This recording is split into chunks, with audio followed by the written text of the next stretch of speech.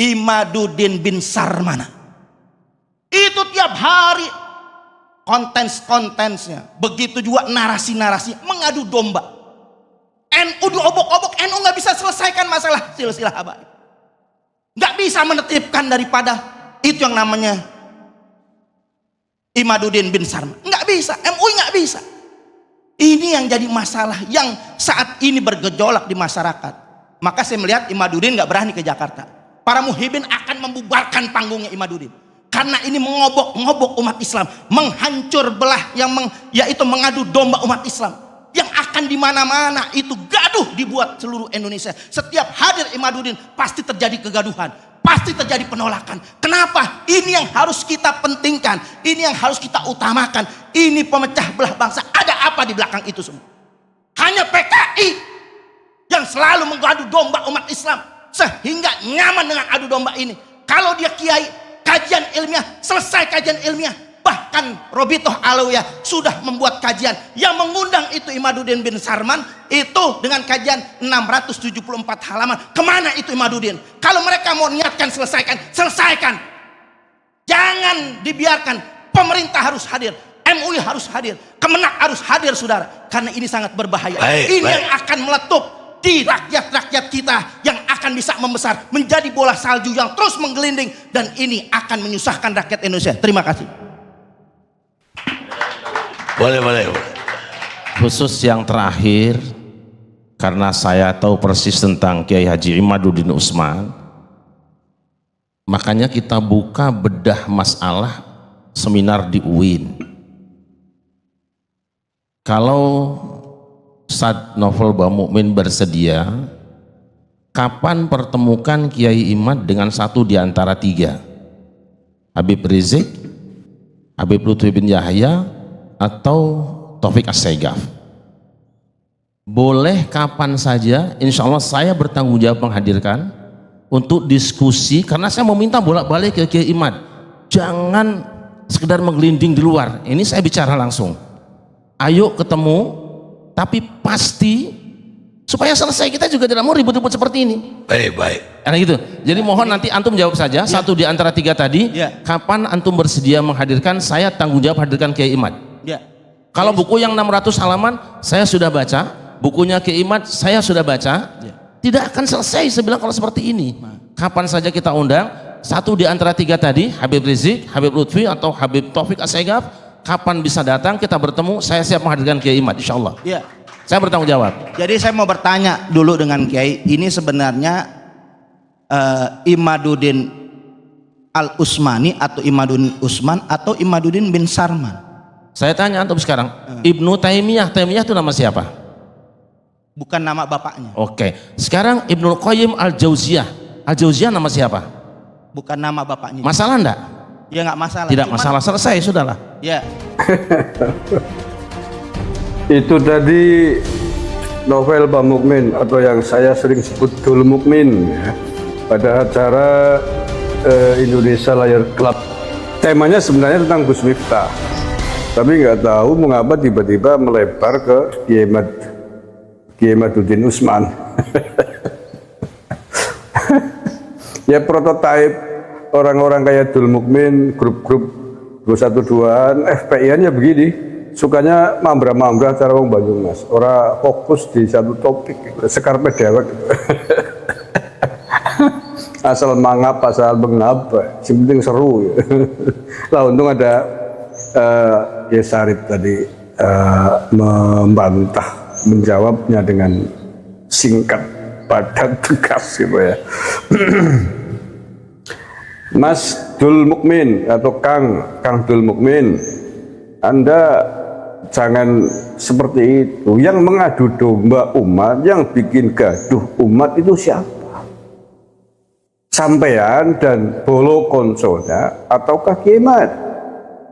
Kiai Imad hanya sedang mengungkap kebenaran tentang silsilah para keturunan dari Yaman yang mengaku sebagai zuriyah Nabi besar Muhammad SAW, yang selama ini telah berjalan puluhan tahun mengaku diri sebagai cucu Nabi dan dipercaya oleh sebagian umat Islam di Indonesia, khususnya warga NU.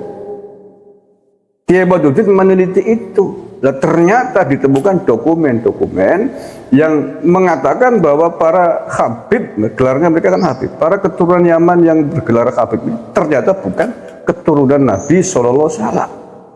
Hanya itu. Kalau kemudian terjadi kegaduhan karena yang selama ini dipercaya, dicumin tangannya, disubya-subya, banyak dipuji-puji, karena itu kemudian mereka menjadi jumawa, menjadi sombong, seolah tidak mau tersentuh, tidak mau dikritik. Itu bukan karena Kiai Madudin Usman, tapi karena cara sampean itu, Kang Dul Mukmin dan para grup sampean, para kabib-kabib, para mukibin itu yang tidak sanggup menerima tentang perbedaan, tentang ilmu pengetahuan, fakta-fakta baru, tidak sanggup menerima kenyataan kalau dikatakan sebagai bukan cucu Nabi, sehingga kemudian meresponnya dengan caci maki balik, dengan kegaduhan, mengatakan kafir, anjing dan lain sebagainya, masuk neraka, nggak percaya. Itu yang membuat kegaduhan. Coba kalau temuan Kiai ini direspon juga dengan secara ilmiah, dengan parameter-parameter ilmiah, kalaupun diadakan diskusi dengan diskusi parameter ilmiah, bukan penghakiman, ya selesai. Lah faktanya kelompoknya ente itu, para Habib itu tidak mau diundang dalam konteks diskusi secara ilmiah dengan parameter ilmiah, ya, bukan penghakiman. Lah kalau Anda tadi menyebutkan Robito Alawiyah mengundang Kiai Madudin Usman, itu forumnya bukan forum ilmiah, itu forum penghakiman. Kalau forum ilmiah adalah jelas diundang kedua belah pihak, kubunya Kiai Madudin Usman dengan segala macam disiplin ilmu yang dibutuhkan untuk mengungkap itu semua, ya, dari sisi nasab Kiai Mad, ya, kemudian dari sisi sejarah siapa, dari sisi filologi siapa, kemudian dari kubunya para Habib juga kemudian ada moderator yang kapabel di tempat yang kemudian independen, bukan di kandang salah satu pihak. Itu baru forum diskusi ilmiah dengan parameter-parameter ilmiah yang kemudian semua pihak menjadi nyaman datang di forum tersebut. Nah, kalau Robito Alawiyah tiba-tiba ngundang tanpa konfirmasi, tanpa rembukan hari dan tanggalnya, siapa aja yang mau dihadirkan, ya, siapa yang mau, itu namanya mau menghakimi. Kayak gitu kok disombong-sombongkan. Dan forum yang mencoba untuk menjadikan ini adalah forum diskusi ilmiah sudah pernah dicoba, yang tidak datang justru dari kubunya Robito Alawiyah, Kang Mukmin. Kiai Sarip tadi menyebutkan sekitar 1 tahun yang lalu beliau mengadakan seminar tentang nasab ini di kampus UIN Hidayatullah Jakarta. Kebetulan saya ikut hadir di forum itu. Lengkap itu yang diundang, ada Kiai Madudin Usman, ada pakar DNA, pakar sejarah. Yang tidak datang siapa? Kiai Madudin Usman datang ketika itu. Yang tidak datang Robito Alawiyah, 1 batang hidung pun tidak datang. Di kampus UIN Semarang kemarin direncanakan forum yang sama, tapi kakek sengek kelompok Habib ini tidak mau datang, yang akhirnya dibatalkan diskusinya, sampai sekarang nggak tahu mau digelar kapan. Jadi jangan membalik fakta, jangan kakek cangkem, kakek sengek sampean yang pengecut kelompoknya kok tidak mau hadir pada forum ilmiah yang independen. Kakek sengek ngajuin syarat nggak mau bahas nasab. Loh, memang topiknya sedang bahas nasab antum kok. Walaupun ya menurut saya sejujurnya tentang nasab Habib ini sudah selesai. Sudah selesai. Selesai seperti apa? Selesai bahwa mereka itu bisa dikatakan sah, bukan keturunan Nabi Sallallahu Alaihi Wasallam, karena selama 2 tahun terakhir para habaib ini tidak sanggup membantah temuan ilmiah yang dilakukan oleh Kiai Madudin Usman Batu. Iya, sampai detik ini tidak ada referensi argumentasi yang bisa membantah apa-apa yang telah ditemukan oleh Kiai Madudin Batu. Menurut saya selesai, tinggal silakan yang masih percaya dengan para habib-habib itu keturunan Nabi Muhammad, ya monggo. Kalau saya termasuk yang tidak percaya. tidak percaya dengan mereka sebagai keturunan Nabi. Ya fakta-faktanya banyak banget, bukan hanya dari sisi nasab lah, tapi fakta sejarah, fakta genetika, DNA-nya mereka ternyata jauh dari genetika database Kanjeng Nabi. Sudah ada.